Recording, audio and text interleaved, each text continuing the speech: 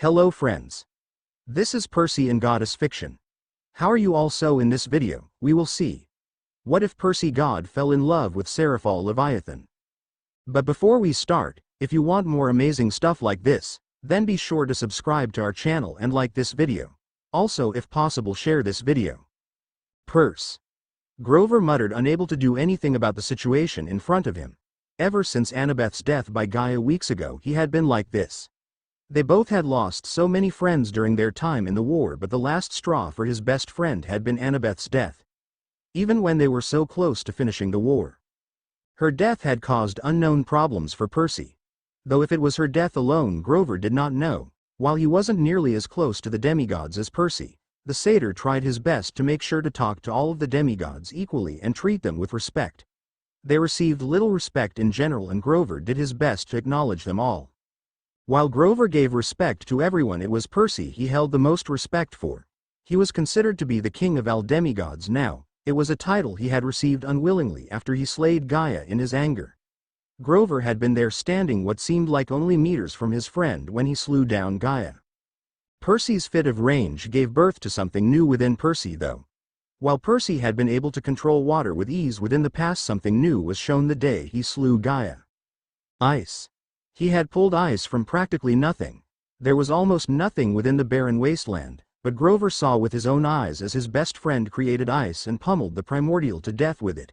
He created an avalanche of snow and practically dumped it on Gaia, making her unable to breathe. Plus, the pure weight and pressure of all the snow, Grover had to repress a shudder. Percy looked up. The once wild and untenable sea-green eyes were now made of nothing. They were an empty shell of what they once were. Yes, Grover. He couldn't do it. For the life of him, he was unable to look into his best friend's eyes and tell him to move on. His eyes were nothing but the void, nothing. Percy. Grover murmured, looking to the side. Percy smiled at his best friend Grover. While he knew the old goat meant the best and was trying to be there for him, Percy knew that Grover was uncomfortable being in his presence. Go home, Grover. I'll finish cleaning up here, yeah? Percy watched his friend nod solemnly and head off. No further words spoken between the two. Cleaning the rest kitchen only took a few short minutes. While normally a cabin would be assigned to clean the kitchen after dinner, Percy volunteered to clean it, letting the grateful Apollo cabin have a break. The cabin was still feeling the after effects from healing everyone after the battle just 3 weeks ago. Half of them still couldn't move at all. Percy. Percy stiffened. He knew the voice directly behind him, and he had purposely been ignoring him since the day of Annabeth's death, and for good reason. Would he be disappointed? He had failed to save what mattered most in the end. Percy, look at me. His hands began to shake. The plate in his hand that he had been cleaning fell from his grasp and shattered on the floor.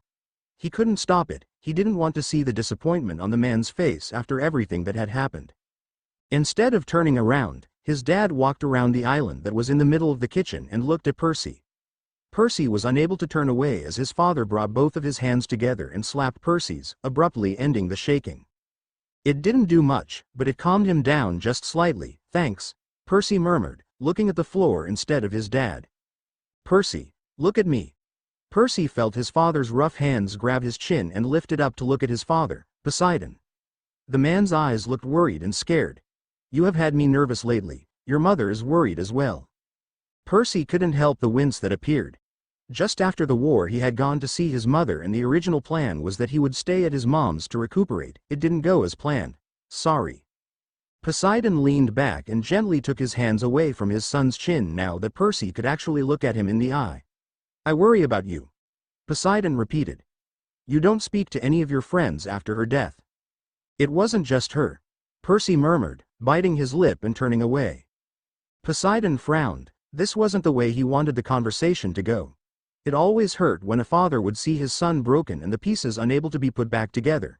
It may be his entire life before the pieces would end up being put back together. I know, son. The casualty in war is always high and everyone suffered, just like you. Poseidon felt his voice dry as he set a hand on his shoulder in a comforting gesture. I know. The frown remained there as he took his hand back. I came here to tell you something, son, and I was hoping you would accept. It was faint, but it gave Poseidon hope as the dead-filled eyes had a small figment of curiosity in them. It wasn't often after all that a god visited their children, even if Zeus had lifted the bans on parents visiting their children just this past week. A law that was only passed to his son Percy. Poseidon opened his mouth once more, but this time he hesitated. The situation was fragile and one wrong step could end badly for Poseidon. Percy. Poseidon got on one knee to look up into his son. There have only been 3 users of ice in history. That is something you must know before I start. Percy looked at his dad in a glancing manner. I am sure there are plenty of gods and goddesses that control ice. Poseidon shook his head. What they control is what nothing but a fraction. People that are gifted the ability to control ice are nowhere near the level that people who learn the ability. But I didn't learn it. Percy's eyes were nothing short of an abyss and his face remained impassive. He was just telling the truth here and arguing his point. Since Annabeth's death it just comes naturally. I can't explain it. Dad, I can't even control water anymore. His hands were frozen in place and tears wanted to begin streaming down his eyes. I can't even touch water anymore without it becoming ice. Moving water is the only thing that isn't affected. I'm lucky enough I can take a shower at this point. I know, son. Poseidon grabbed Percy and pulled him into a hug. While Percy had not cried, he was on the verge of crying, and yet nothing came out, which surprised Poseidon. Was this another effect of the ice? Once Percy had calmed down from hyperventilating, he took a step back. Thank you. Anything for you, he told his son, and he meant it. Zeus be damned, he would be by his son in any time of need. Percy nodded but didn't comment. Poseidon continued on, wanting his son to know the news. Out of the 2 ice users that are not including you, 1 lives. Poseidon held up 2 fingers in front of Percy. The one that is dead gained it through pain and suffering that her village made her endure before she destroyed that village and went on to be one of the most dangerous people in history. She even learned enough of ice to freeze time itself. Before he could give his son a chance to comment, he quickly dropped a finger and continued. The next is someone currently alive and well. Poseidon's throat dried up once more. How was he supposed to tell his son that the other living girl was a magical girl that cosplayed? Percy was waiting for his father to respond, and when nothing came, he asked, Dad? Is something wrong? You'll see. Poseidon mentioned offhandedly. Shaking his head slightly, he continued for his son. I want you to meet the other ice user. I believe that she will be able to help you, my son. The eyes filled with nothing, but the void was slightly hesitant, but he then nodded. Hold onto my hand. Slowly Percy grabbed onto his father and closed his eyes. He could feel the source of the light, and in a flash, they had teleported. Open your eyes, son. Percy opened his eyes and slight shock filled his face. The once blue sky was turned a dark purple. The cold that he had felt within Camp Half-Blood was now filled with a strange warmer temperature. The most surprising of all was the mansion he was standing in front of. It was bigger than anything he had ever seen. The mansion had beautiful vines that rose up to the roof of the building with a water fountain right out front. It was obvious that whoever this was rich. Come along, Percy. Poseidon gestured him forward to the front door, and Percy quietly followed to the front door. There was a big archway that was in front of the door before you entered, with big steps leading to the front door. It was very show-off, Percy thought. Poseidon walked up to the front door and gently knocked once. It was quiet, and Percy was barely able to hear it, but apparently it worked as a maid came to the front door and opened it. May I help you? The maid voice was quiet yet stern. Percy watched his father just smile kindly. Ah, yes. I was curious if Lady Seatree was in at the moment. There was something I needed her help with. Name. The stern voice was there, and she watched his father with a critical eye. Poseidon. God of the sea, etc. Poseidon waved his hand. His father had never been one to care about formalities. Poseidon. A voice called from behind the door. The maid was slightly shocked as she was shoved to the side. Out appeared a rather small girl with 2 black ponytails. Her violet eyes were rather playful. The strangest part about all of this is that she wore a magical girl costume. How is my favorite Greek god doing? Lady Leviathan. It is most improper that. The girl waved her off, not at all caring about the maid. Come in. Come in. And who's? She froze as she stared at Percy. Bright violet eyes met quiet sea green ones. Oh no, she ran up to the boy and began hugging him tightly. I'm so sorry. I'm so sorry. The girl began sobbing, burying her face into his neck. Percy was unsure what to do in this situation. The girl wouldn't let go of him, and his father mouthed a slight apology. Gently Percy tapped the back of the girl's shoulders and eventually she let go of him. While there were no tear stains, Percy could still tell she was crying. Don't be sorry, none of it is your fault. Percy nodded and gave her a slight smile that didn't quite reach his eyes. The girl still held onto his shoulders. It had been so long since she had seen someone so broken. Someone just like her, ma'am. Shaken from her stupor, she looked at Percy. An instant smile appeared on her face as she grabbed his hand. Come on. I'll show you to my mom. Come along to Poseidon. At once the girl bounded off with Percy in tow. Percy struggling to not be dragged on his way. While the outside of the mansion had been rather beautiful in an exotic way, Percy couldn't help but note how dark it was in the mansion. In fact, he could barely see with the dim lights throughout the manor. If it wasn't for the girl dragging him throughout the halls, then Percy doubted he would have found his way through the room. After a while the hand let go and Percy couldn't see it all. Ah, Lord Poseidon. It's an honor to have you here. What can I do for you today? A voice said from far to his left. Percy turned to stare at the voice but found himself not knowing where the voice came from. It is a pleasure, Lady Cetri. I was hoping you could help me and my son with something. His father's voice came from right behind him and Percy looked back at what he assumed was his father. Dad? He asked hesitantly. Normally he wouldn't interrupt the conversation due to the two people who were much higher status than him. He could feel his father's frown as he spoke. What's wrong, Percy? I can't see. Percy admitted. There were a couple moments of silence throughout the room until Percy heard a loud smack. Ah, I forgot. Sorry, Percy, but mortals aren't supposed to be in the underworld and slowly lose their sight. My apologies. With a snap of Poseidon's fingers, Percy could see once more and found himself rather close with the girl that held his hand throughout the halls. Another woman was within the room now. She looked like an older version of the girl next to him who looked to be much more mature. She had glasses on her face with a rather stern look to her. Hello, young demigod. I am Lady Cetri. She nodded at him. The girl next to Percy jumped up. Oh me. Bringing out a wand from seemingly nowhere, she rose it to the sky. I am magical girl Leviathan. I am the defeater of all evil and evil bows to me. I am Serafall Leviathan. The girl spun in a circle and curtsied. But you can call me Sarah. Percy blinked at the girl that was in front of him. While he had seen some weird people in his life, this one hit the top. I'm Percy, it's a pleasure to meet you. Percy dipped his head down in acknowledgement. The woman stared at Percy for a moment and Percy stared back impassively. He was used to beings of higher power having an interest in him, but hers seemed to be different. Pulling out a cup, she set it down on the table in front of Percy. Come sit down, all of you. She lowered her hand down towards the seats. As everyone began to sit down, she then brought out 3 more cups but didn't bother to fill them with anything. Lady Cetri never took her eyes off Percy. Normally by now people would have turned away, but she didn't take her eyes off of him. Perseus. Lady Cetri pointed at the drinks. May I ask a favor? Alarms went off in Percy's head, but he went against his gut and nodded at the lady. Lady Cetri smiled at him. Can you please fill these up with water? I have heard legends over your mastery in water and I find myself curious. Percy froze, and his hands began to shake. He could see his father frown at the prospect but decided not to say anything on it. It was simple. He had done it so many times before in the past, creating water out of air using the water vapor. He could feel the water particles in the air around them at the moment. He could feel everyone's eyes on them within the room. Closing his eyes, Percy took a deep breath and felt the familiar tugging in his gut. Opening his eyes went downcasted as he saw the glasses. There was a perfect amount in the glasses. The water looked pure, crystallized even, and yet it wasn't water.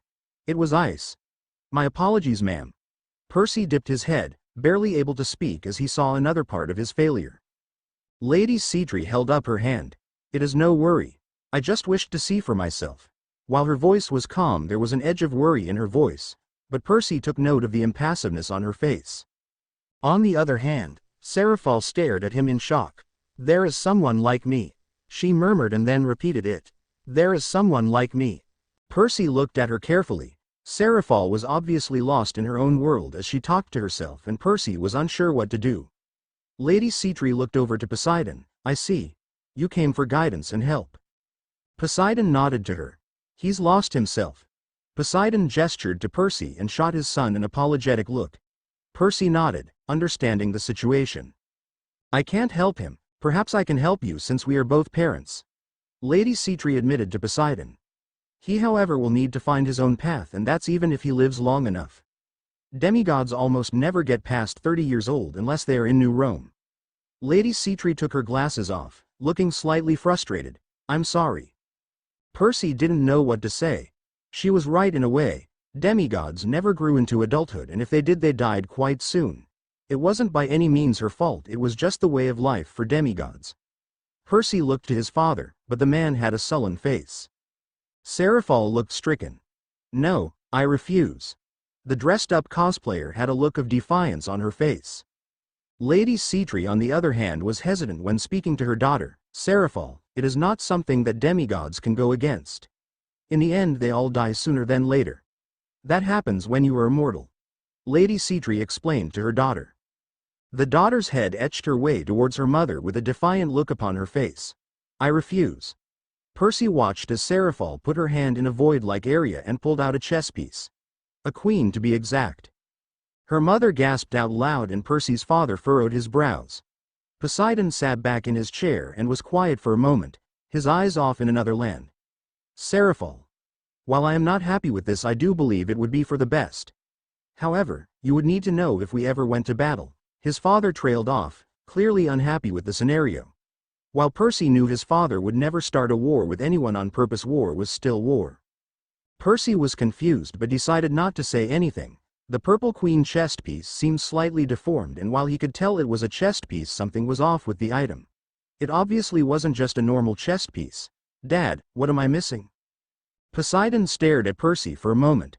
Son could see father and his eyes were filled with nothing but guilt and remorse. It is your decision, but just know I believe it would be best for you. He nodded, no other emotion on his father's face.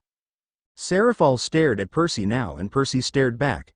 Her eyes were so filled of wonder, excitement and most of all caring. There was an edge to them however, a hard look into her eyes that made it seem she would be getting what she wanted. Percy. Serafall said, holding her hand out and eyes forming it. Percy wasn't exactly surprised, and he had suspected it all this time when she kept muttering to herself earlier. I have never seen anyone just like me. Would you please come with me? She held out her hand to him and stood up above him. The cosplaying girl in a flash of light changed her outfit and how she looked in an instant. Gone was the magical girl, and in her stead was a younger adult that had wisdom and happiness in her eyes. Percy was hesitant, but after seeing his father nod he gently and slowly reached for her hand. Once he grabbed it he could feel the softness of her hand and she lifted him up. Holding up the queen piece she shoved it into him, hard. Then that was all that he knew. Wake up, my queen. Percy couldn't help the startled gasp that flew out of his mouth.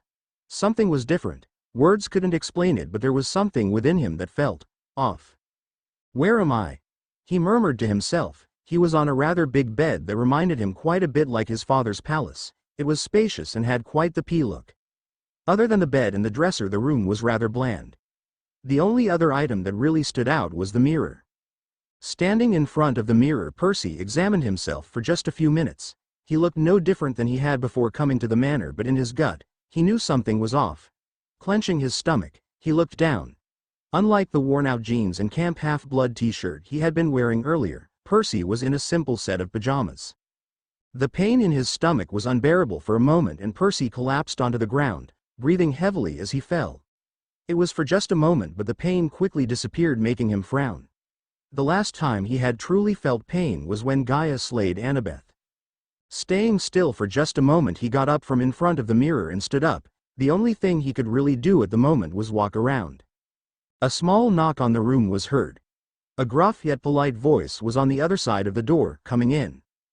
Percy had to blink multiple times at the person that trudged into the room. The man was big, perhaps as Heracles was, and he had muscles bulging, making Percy feel rather lacking. One distinct feature he had though were two tusks that were on the sides of his mouth. Perseus Jackson? Percy's answer was hesitant for a moment. Yes. The man stared at Percy for a few moments, never dropping line of sight. It is an honor to meet you. My name is Behemoth and I will be your guide for the next few hours. Behemoth bowed his head toward the demigod. A quizzing look graced Percy's features. My guide? The voice was still one filled with hesitance. While Percy didn't exactly distrust the man before him, he still had no idea what was happening at the moment. As if reading his mind, he dipped his head just the slightest, a small smile gracing his lips. All will be explained in due time. Now how about we get some clothes on you that are more for the awake? You slept less than expected. We thought you would be out for at least another half day. Do you have my clothes somewhere by chance? I had some other ones on before I passed out. Percy asked Behemoth before following it up. If not, it's okay. I was just wondering if it was possible is all. Behemoth stroked his cheek for just a moment and walked over to the closet and checked for Percy. Unfortunately, I wasn't there for when you were changed. Your father did ask me to give you this though. I believed he had other duties to attend to but told Serafall Sama that he would be back soon to see how you were adjusting. Percy nodded hesitantly as Behemoth pulled out a note. What exactly happened? I just remembered seeing a queen piece from a chessboard and after that. Percy trailed off, a blank in his mind. Behemoth rose a slender eyebrow at Percy. They haven't told you? He asked, giving the note to Percy. Percy shook his head and gently opened the note from his father. Dear Perseus, I know this may come as quite a surprise but please stick through it all for me. I am doing what I believe is the route to help you. Serafall will explain it all to you as soon as she can. Unfortunately, she is busy at the moment. It would be good for you to get familiar with Behemoth, someone who you will grow quite accustomed to. I promise all will be explained in due time but I had to return to my duties. Zeus doesn't give breaks. With love, Poseidon. Percy furrowed his eyebrows for just a moment as he stared down at the paper. He knew his father always had Percy's best interests at heart but he would lie if he didn't say it didn't make him a tad bit curious. Ah, this is a good outfit for now, something humans like to dress as on the surface. Behemoth held up some jeans and a t-shirt. Will this do for now? Giving him a small nod, Percy took the clothes. That's great, thank you. Come outside when you're ready. Oh, and your father told me to give you this as well. Behemoth pulled a strange gold pen and handed it to Percy. I am afraid I don't know much about what it is but he told me it was rather important. Percy instinctively put his hand on his left pec. Where Anaklusmos normally stayed was empty, and instead in the man's hand in front of him. Gingerly taking Riptide from the man, he nodded appreciatively. Thank you. I'll be outside. After hearing the door click, Percy stared at the clothes that Behemoth had laid on his bed. Slowly undressing, he stared at himself in the mirror for just a moment. Interesting. Percy's head snapped up, but the voice that had spoken had just as soon left, leaving Percy to dress. Hesitantly grabbing the clothes, he put them on. The size had fit perfectly. Another knock at the door. Perseus? Is something wrong? No, I'll be out in just a second. Moving at an increased pace, Percy put on his clothes and weaved his hand through his hair, making it so that he looked just a little more on the normal side and less so on the disheveled side. Taking a small breath, he exited the door. Behemoth was waiting on the other side of the door, talking to another man. This one, unlike Behemoth though, had small wings coming on top of his head. A rather peculiar sight that he hadn't seen before. Hey. He said lamely, letting them know he was done. Behemoth clapped his hands together. Ah, Perseus, this is Ziz. Ziz is also a part of Serafall's peerage. The wing-haired man stared at Percy for just a moment before waving and smiling. Yo. Percy in turn stared back at the man. His whole demeanor just screamed Apollo at Percy. You don't like poetry, do you? It was a weird question and one Percy didn't expect to be answered. Judging by the looks upon Behemoth and Ziz's faces, they didn't expect the question either. Unfortunately not. I never have had the time to sit down and read it either. Oh. Percy trailed off, not knowing how to continue the conversation. No worries. I must admit when I heard we got a new queen it was quite unexpected, though you can expect that out of our master, always doing the unexpected. Ziz turned over to Behemoth. What made him so special to be recruited by Serafall? Behemoth stroked his chin once more and shrugged his broad shoulders. Honestly, I do not know. I wasn't particularly told the details. I just was told Serafall would be explaining it all to him later tonight. Mimicking what Percy had recently done, Behemoth put his hand through his hair and turned to Percy. Do you know why? The man stopped talking for just a moment and grabbed Percy by the shoulders, staring deeply into his eyes. After just a few moments he released him. Percy, what is your full name? He asked in earnest, needing to know. Percy was hesitant to respond for just a moment. Perseus Orion Jackson, why? Behemoth and Ziz stared at him for just a moment. As a son of Poseidon you control water, correct? If Percy was hesitant before, he was staggered now. A deep cloud of regret appeared in his eyes as a sudden flashback of Annabeth be struck down by Gaia appeared in his eyes. I was able to. Ziz's hand slapped into his right eye. I can't believe it, there's only been 2 ice users ever and for Serafall too. Not now Behemoth. He rose his hand up, cutting Ziz off from his rant. There is good reason for this and it makes sense now that Perseus has joined us. Behemoth stared down at Percy for a moment. You are family now Perseus. Whatever you need let us know. Would you like a tour of the palace? Ah Behemoth, I'll give him a cookie when I come back. There it was, the voice again that was in his head. He really needed to find a way to shut it off. For far too long people had entered his mind. Please just Percy, and that would be nice, thank you. Ziz said nothing, clearly deep within his thoughts as he thought to himself. After getting a jab by Behemoth he straightened up quite quickly. Oh yes. I'll be back shortly, I have to finish the papers that Serafall assigned me. Perhaps I'll see you in the dining hall in a few hours? With a short wave he was off in a flash, no trace of him being there before. A strong hand hit Percy in the back. No worries. We just didn't expect someone else in Serafall's peerage. She isn't a fan of having to take care of too many people is all. Behemoth let out a laugh that Santa would be jealous of and gestured Percy forward. Now Percy, I want you to know something before we start this. There are quite a few maids in here and they love to gossip and well, you should know the rest. Percy nodded. He had seen the water nymphs in his dad's palace and every time he arrived in the palace everyone knew he was there before he had made it within the king's chamber. After all, busybodies' only relief happened to be the drama in their workplace. I understand, thank you. The rest of the journey was enjoyed in a quiet silence. Percy was lost in his thoughts. Everyone here at the manor had been rather nice to him but Percy still had questions about why he was here in the first place.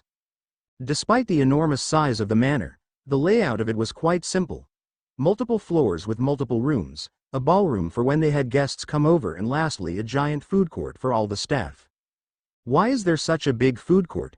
Percy asked, not seeing the reasoning behind it. A small area would be suited enough for people to eat and there was no need for there to be an area like this when there was already a ballroom right next door. Behemoth shrugged his shoulder. The Seatree family has always done things differently in regards to how their banquets work.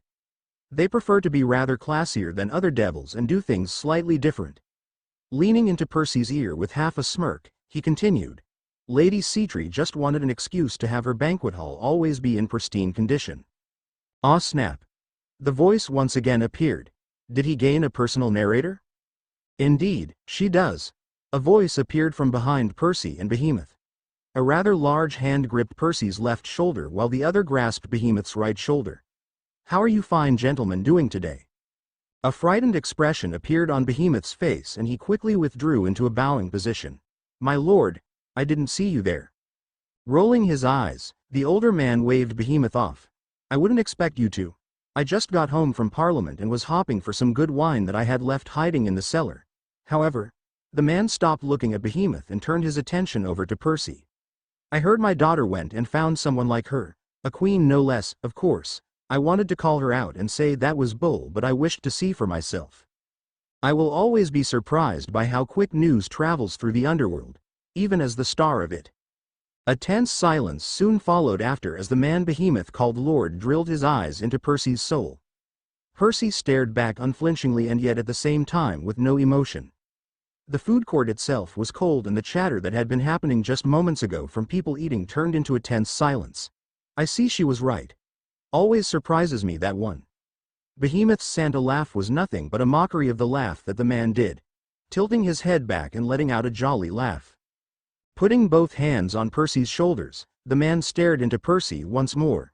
Do you spar, boy? Percy blinked at the man. Yes, I do. The man grinned at once and held his hand out to Percy. The name's Rolano Seatree. You can just call me Dad. If you ever need anything let me know. Now let's go out there and have a spar. Not giving Percy a moment's breath, he grabbed the boy's shoulder and gestured him outside the food court area. Behemoth was left behind gaping like a fish. Behemoth. You coming? We need someone to referee.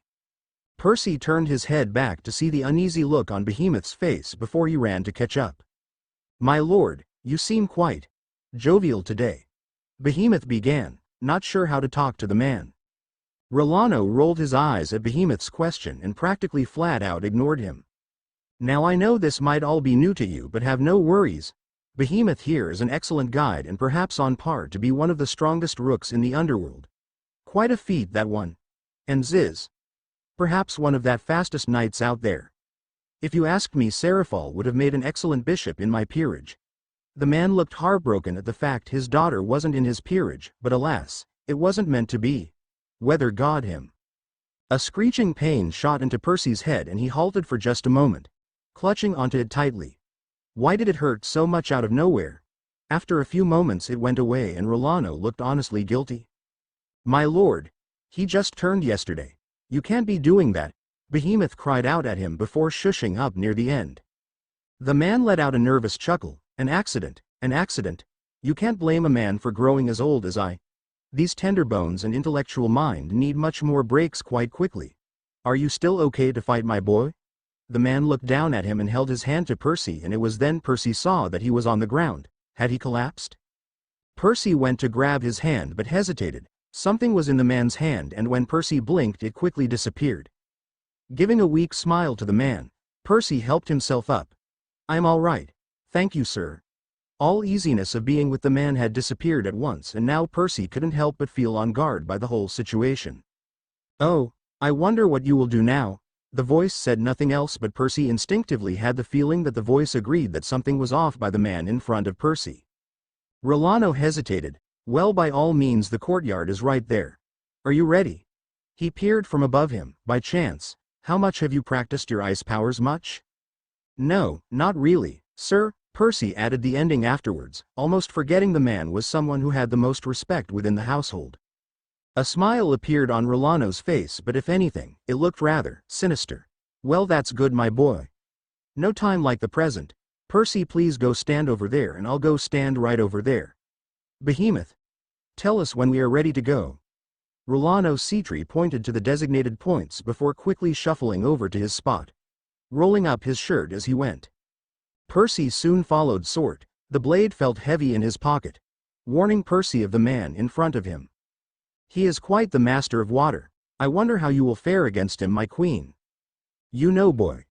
Rolano began before Behemoth got to his station in the outside center of the battlefield. "I must admit I wasn't happy when I heard my daughter getting a queen. No one should be allowed to take her heart. No one but me." Before Behemoth could start the match, Percy uncapped Riptide and defended a heavy blow that shoved him into the mansion wall. "Why?"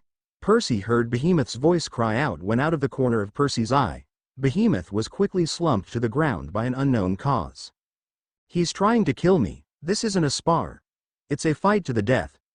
Not once had he practiced his ice powers yet, but he had no better way to protect himself. Dodging another blow, he flung Riptide at the man Rolano and dodged to the side.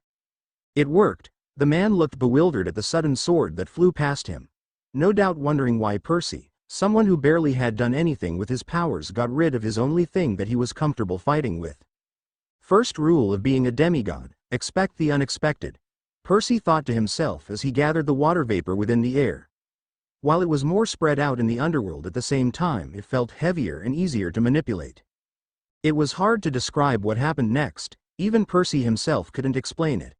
One moment he was planning out the fight, and the next he used his hands as if there was an invisible wall that needed to be pushed up and shot ice from the ground that went through the man, paralyzing him. A sharp breath came out of Percy. He was suddenly exhausted from the effort and could barely move. The fight was not even a minute, and yet the toll seemed worse than when he had fought Gaia. A voice appeared from a few meters beside him. I did not expect to see him so powerful, and to notice a threat before it came." Someone walked next to him, and it was Rolano. Percy's eyes flashed back to Rolano to see that there were two of them, two Rolanos. "I approve then, daughter. A slayer of a primordial no less will be good for our house as well. Perhaps I will be able to change some people's minds within Parliament." The Rolano that was standing leaned down next to Percy. "Drink this. It will help with the sudden exhaustion." Percy was hesitant at first. Another Rolano would gladly make him so, and the man in front of it understood. Do not worry, that man is an assassin and will soon be dealt with. We can talk in the morning, and I apologize for all that has befallen on you so far. Taking Percy's hand, he put the strange golden heart container within his hand and stood up. Claudia. Zara. Grab me that man and bring him to the prison. Yes, my lord. Two voices were heard and two people Percy hadn't seen before went to the man. Percy felt himself collapse down to one knee. Why was that so tiring? He had dropped an entire avalanche on Gaia and he was not nearly as fatigued then. A pale gentle hand reached across his own and grabbed the golden container from Percy. Percy felt himself gently be twisted until his head was laying on the person's lap. The golden bottle he held just moments ago being fed into his mouth before he could respond. Hey. She smiled down at him. Sparkling purple eyes stared into his own and perhaps one of the brightest smiles Percy had ever seen radiated from above him. You think you can do that again? Percy finished drinking the bottle and stared up at her, preferably not. The radiating smile drooped slightly but didn't drop. Even if magical girl Serafall asks nicely? The events that followed after seemed to be a flurry of events. The real Rolando went off on a tangent, wondering how easily an assassin managed to sneak into the borders of the mansion. To say Rolando was displeased was misleading. The man was furious, almost yelling at every maid and butler that came within 2 feet of them. While it was more than likely that the maids and butlers wouldn't have been able to do anything, it seemed Rolando was more scared for everyone than anything. He's a big teddy bear on the inside. Serafall whispered to him as he was yelling at one of the guards. He was worried that someone was going to die. Percy nodded at her comment. It was the man of the house's job to take care of all his subordinates. Once the man was done yelling at everyone, he trudged down corridors followed quickly by Percy, Serafall and Behemoth. Behemoth looked downright terrified and was practically cowering as far away from Rolando as he could. It was no surprise seeing that Behemoth was the caretaker of Percy for the duration that Serafall was gone. Which confused Percy. Serafall said nothing about Behemoth messing up. Perhaps she wasn't worried at all while the assassin was next to them? In here. Rolando let out a gruff as he entered what seemed to be an office of some sorts. Going to the side of the room, the man sat down in a leather chair and stared at the table, clearly deep in thought. Behemoth. Fetch us some tea from the kitchen. Do it now. Rolando snapped at Behemoth. Percy could honestly say he had never seen anyone run so fast in their life. Sir, don't you think you should be getting some rest? Percy asked the head of the house. Perhaps he wasn't one that should have been telling the head of the household what he should be and shouldn't be doing. He was just trying to give Rolando some advice is all. Rolando stared at Percy and rubbed his forehead for a moment. It's fine, Perseus. Why don't you come join us on the couch? I have a few things I would like to know about you if that's all right. Percy nodded and joined them on the couch, sitting next to Serafall a comfortable distance away. While he was Serafall's queen, he still wasn't sure exactly what that meant to Serafall or any other member of the household. Percy looked at Rolando for a moment as he sat down. Looking closer, there was one slight difference between the Rolando now and the Rolando from earlier. The real one seemed to have a pimple on the right side of his mouth while the fake one had one on the left side of his mouth. Nothing really too noticeable unless you actually knew the person. Beside him, Serafall clapped loudly, jolting both himself and Rolando. Nice job, Percy. Not many people would have noticed that. You're the one reading my mind? Percy tilted his head and asked Serafall, who was twirling her hair with her fingers. Serafall looked amused. Of course I'll be in my little queen's mind. I have to make sure you are safe at all times. Serafall reached up and grabbed both of Percy's cheeks in her hands and began moving them around. Oh, look at my queen. I finally have a queen all to myself. I should bring you to Parliament tomorrow just to rub it in their faces. Serafall, please stop PWN chin my checks. Percy begged Serafall. He was unable to talk right at the moment and the pinching was actually beginning to sting. After a moment Serafall let go but stared into his eyes. Meander purple eyes seemed to be practically glowing into his own. She was happy, ecstatic about something, but what? Percy had no idea. Perseus. Rolando spoke up, breaking the two of them from their trance. While I am sure you have many things you wish to ask, I first wish to apologize for the assassination attempt on your life. I assure you that it will be dealt with. Rolando bowed his head low to Percy. It was clear that Rolando was asking for forgiveness for what happened within his house. Sir. You don't have to apologize about any of that. This isn't the first attempt at my life. The head of house rose his head, nor will it be the last, I am sure. Be wary.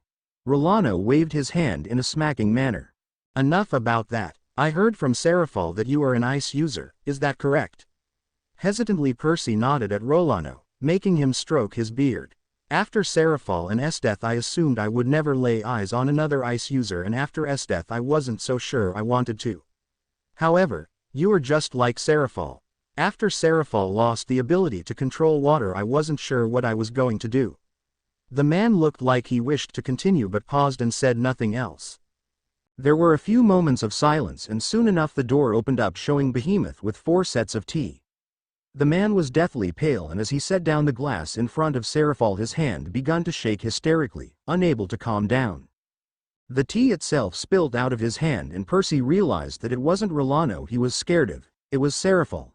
But why was Serafall so calm about the whole ordeal that happened earlier? I am sorry, my lady, I will wipe it up right away. Behemoth whispered, but the entire room heard him. Percy watched with curious eyes. Behemoth was drenched in sweat and cold beads of it seemed to go down his forehead. He didn't know it was possible for such a man to be so terrified. If Percy didn't understand the gravity of the situation, he would have found it funny that a big, strong man with tusks was terrified of a petite woman who cosplayed as a magical girl. The world was sure an interesting place. No worries, Behemoth. Every male in the room was on full alert as she spoke. The tone that Serafall used was sickly sweet, and now Percy knew that she was livid at the man that stood above her, trying to serve her tea. I believe I am rather famished, aren't you, father? There was not a moment of hesitation as her father spoke. Ah yes, Behemoth. Would you be ever so kind to go get us some food from the kitchen? I am feeling like a rather cooked meal right now. Make it enough for all of us. 1 second, he was there, the next second he was gone. Percy blinked at the place that Behemoth was originally standing just to make sure that the man had indeed run out of the room. If the curtain swishing from side to side were anything to go by, it was indeed evident that the man had run for his life. Percy turned and looked over to Serafall. Serafall, don't you think you are being too harsh on him? A glint grew in Serafall's eyes. Not one of anger or madness, but teasing. Shifting on the couch, she sat right next to Percy, and if Percy had to be honest, she was a little too close for comfort. Serafall? A single finger was placed onto his lips. What did I tell you when we first met? She was mere inches from his face. Their foreheads were practically touching at this point. Serafall once again was staring at him, her eyes were piercing into his soul. Looking for something specific within him and waiting for it to be drawn out. Rather than blush or stammer like any other hot-blooded male his age, he slowly backed up from her finger. Why are you doing that? Trying to get a reaction out of you. Percy blinked. Something in his gut told Percy that this was going to become a daily occurrence for him. I see. She winked at him, once more trying to get a rise from him but achieving nothing. Oh well. Call me Sarah, Percy. That is what I told you when we first met, so I expect you to do so. Percy reluctantly nodded. Sarah. The smile almost made Percy turn away. It was so radiating with happiness that even her own father turned away. The man let out a hacking cough to divert the attention of what was happening. Yes. Well, on to other matters. Percy, I know you have many questions in both Serafall and I will do our best to answer them. Just note we may not answer some questions. Percy nodded. There had been one particular question that had been on his mind since he woke up. Why am I called Serafall's queen? Serafall jumped up and pointed a finger at Percy. The magical girl Leviathan can explain. Reaching behind her back, Serafall took out a rather long staff that seemingly came from nowhere and pointed at the table. Ice slowly crept out from her staff and began to show a chessboard with the pieces only being filled up on one side. And yet the entire side was not filled up all the way either. The king, queen, a rook and a knight pieces were all missing for their respective spots. This is where Serafall began. As you can see, 4 different pieces are missing. Ziz, as you met earlier, is our knight. His attributes focus primarily on his speed. Serafall brought her wand and pointed at the missing rook spot. Behemoth is my rook, they focus primarily on strength. Lastly, she pointed over to a bishop spot, where both pieces still remained unlike the others. A bishop focuses more on the mental attributes rather than the physical ones. At the moment I currently do not have a bishop. Taking a deep breath, she stared at the chessboard for just a moment and pointed at the pawns. Pawns are considered to be much weaker than the others, but they have a special move called promotion. Upon entering an area under enemy control, they can upgrade to any other piece on the board that isn't the king. Pointing to the king spot with her wand, she used her free hand to point at herself. As the king, it is my job to look after all my subordinates. In return, you all protect me to the best of your abilities. Now, she pointed to the queen spot, saving his role for last. The queen is the second in command of everyone. You are in charge in case something ever happened to me. I also will be asking different requests for you to do. As a queen of one of the Maos, you will be given an evil piece system, which is this. She tapped the board once and it dissipated under her touch, as if it was never there. He had heard that term once before, Mao. A term for the leader of devils. So then, we're devils?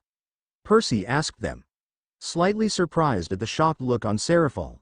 It wasn't hard to connect the dots if she was a Mao. You didn't know? Serafall blinked in disbelief. I expected your father to have at least told you that much. Percy shook his head. All his father had said was that it would help him. He really hadn't said anything else when they came. He said he would come visit once we got the chance. All he really mentioned is that you would explain it all in detail. Reaching into his pocket, he withdrew the paper and gave it to her. Snatching the paper greedily, she looked over the contents in a mere moment. Huh. I honestly thought you knew more, Serafall admitted. Rolano spoke up, who had quietly been watching the interaction between his daughter and Percy. It will be good for him to get an outside opinion. Many are biased on devils due to the past crimes we once held.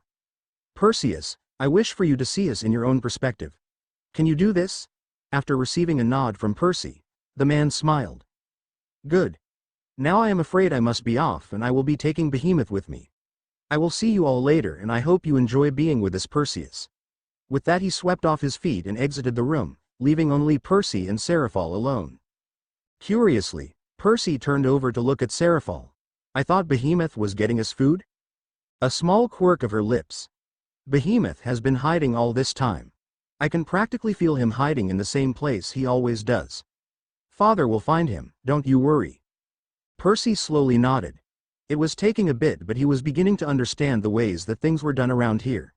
Why exactly were you reading my memories earlier? Percy could help but ask her.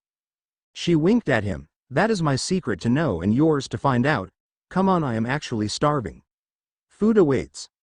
Putting her wand behind her that disappeared, she grabbed Percy's hand and begun to walk out of the room.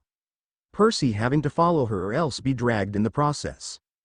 Unlike the first time that she dragged him, though she was much softer this time around and more caring. What exactly does it mean to you that I am your queen?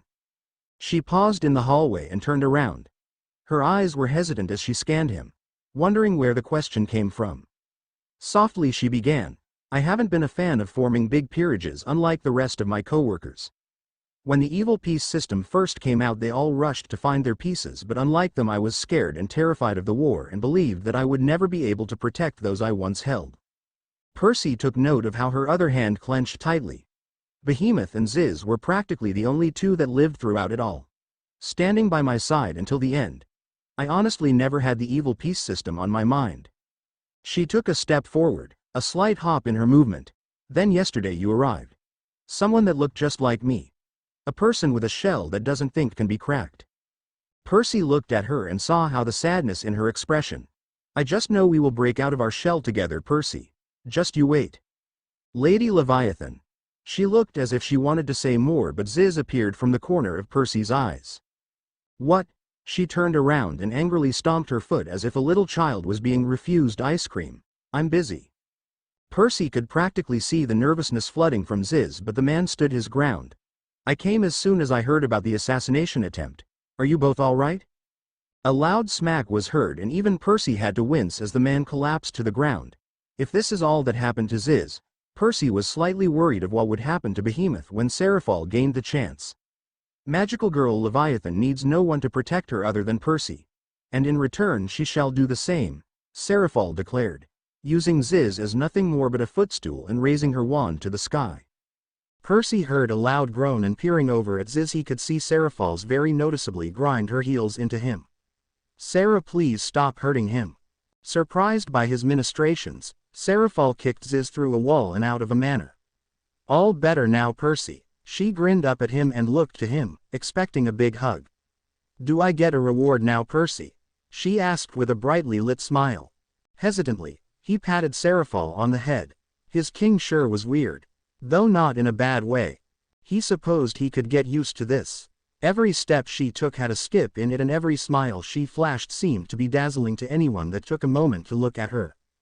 Her bright violet eyes were always filled with mischief and mirth, but most importantly they had love within them.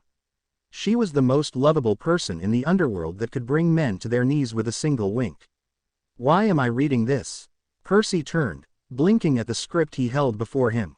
Serafall thought it would have been a wonderful idea for him to try acting, a way that helped her cope with what she had gone through.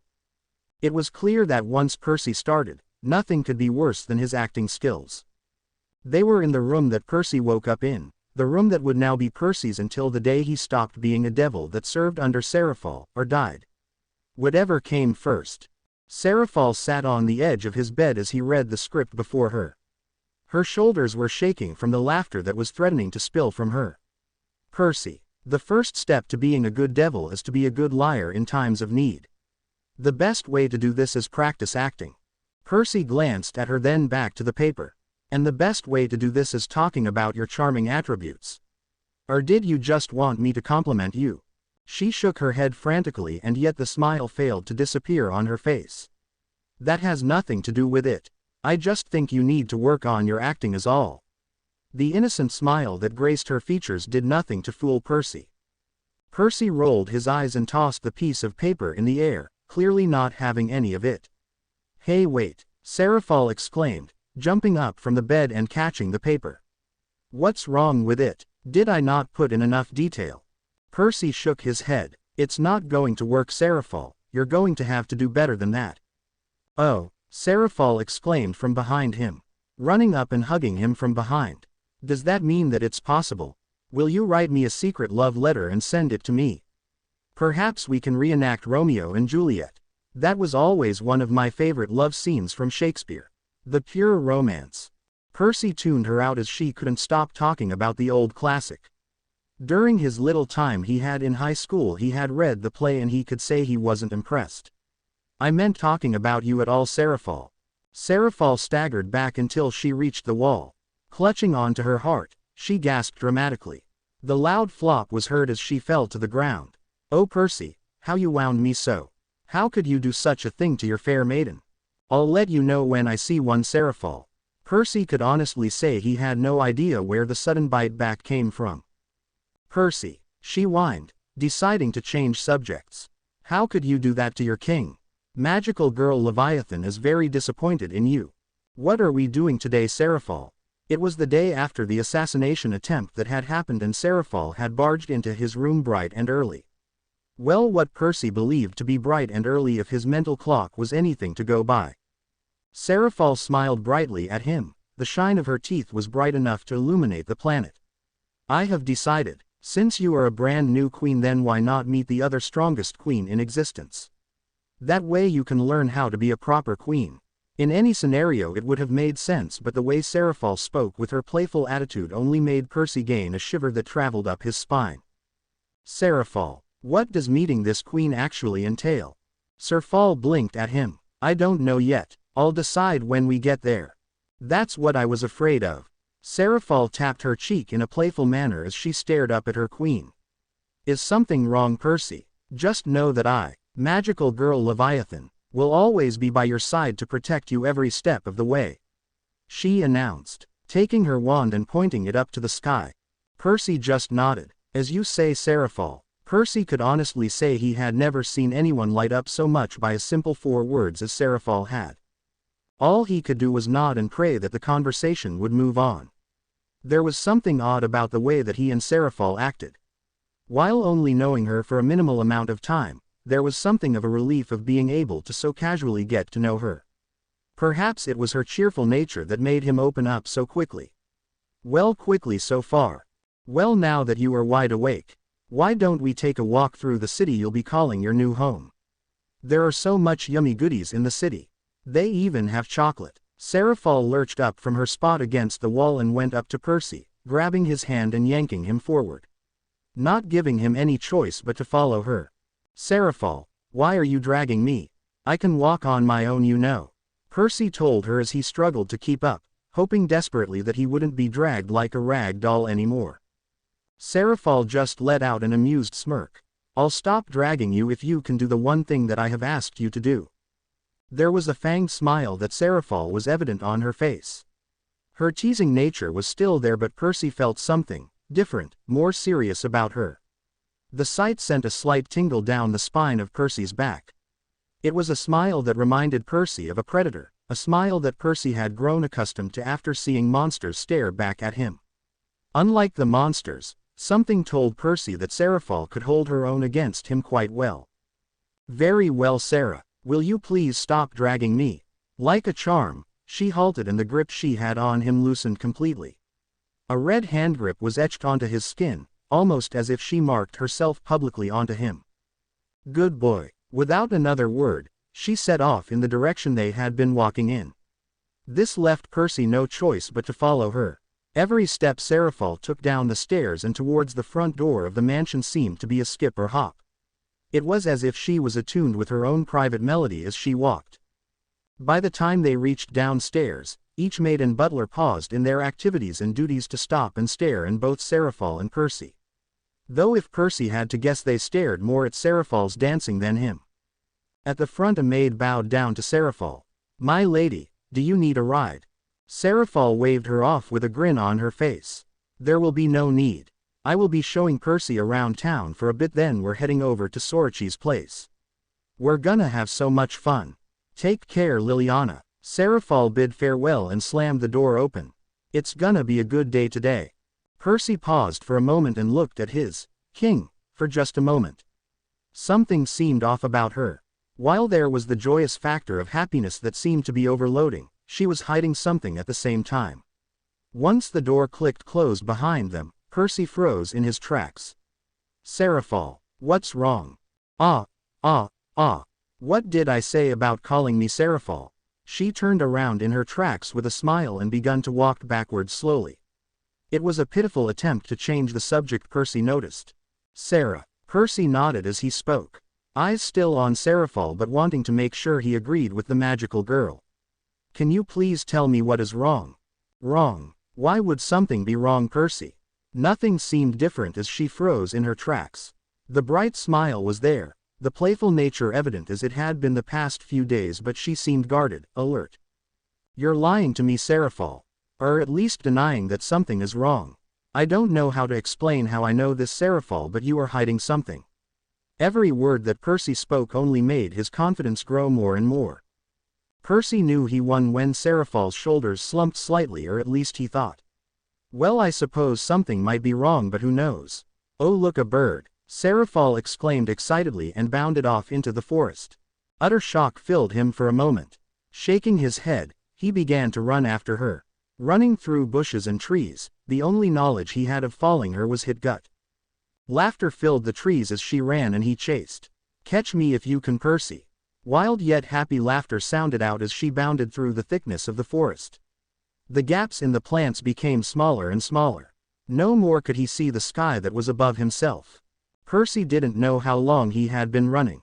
Seconds, minutes, hours. By the time he had lost track of her, sweat began to drip down his forehead and his back. Percy could honestly say it was one of the longest chases he had ever done. "Serafall," he breathed out afterwards as he had to catch his breath. The only noise that he could hear within the forest was that of crickets chirping. He had no idea what was in this forest that was in the underworld. "Serafall, where did you go?" "Boo," Serafall said from his left.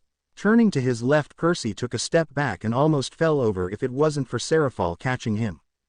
It was the same position they had been in only 2 days before.